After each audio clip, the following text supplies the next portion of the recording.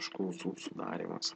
Tarkim, turime lentelę ir norime padaryti tam tikrą užklausą, kuri atrenka pagal kokį nors tam tikrą kriterijų.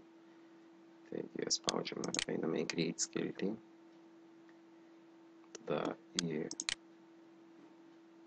Design pasirenkame kliento lentelę ir tuomet čia galima viską daryti pagal dizaino paką, pasirenkant viską, bet galima eiti ir į SQL View, kur galima parašyti pačiam savo užklausą. Taigi, select žvaigždutė reiškia, kad imame visus duomenys iš lentelės ir where aplinkybė reiškia, kad imame visus duomenys iš lentelės, kur tikrinam, ar žmogus laimingas, kur tarkim, ši užklausa ims iš lentelės visus duomenys, kur žmogus yra laimingas.